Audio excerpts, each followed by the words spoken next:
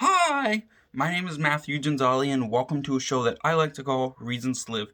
Basically, it's a show dedicated specifically towards all of you out there watching this who struggle with suicidal thoughts like I once did myself, to remind you that there are dozens, hundreds, thousands, millions, billions, trillion, decillion, infinite reasons why you should choose life. Now, before we get into it, I do have a quick suggestion, little talk, if I may, 1v1, me and you. Now, down in the link in the description below, I put 5 mental health resources for any of you out there who might need them right now. For our LGBT friends, I put the Trevor Project and the Trans Lifeline. For those of you out there who've unfortunately had to deal with things such as sexual assault or harassment, I put the National Sexual Assault Hotline, and I put the crisis text line in the National Suicide Prevention Lifeline.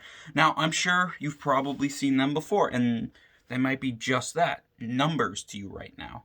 So here's what I did. Here's the thing.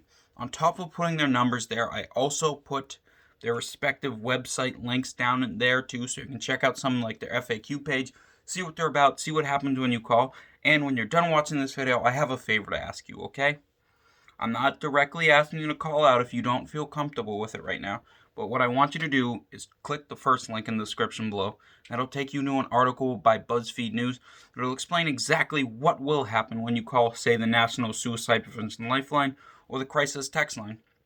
It does a really, really good job debunking these stupid, harmful myths about reaching out for help to either resource, and I think it's worth a shot. And after that, see how you feel about reaching out, okay? There's no shame in taking your time. Now, enough blabbering. I wanted to talk to you a little bit about today's reason to live, the subject for today's episode, and that's learning an instrument.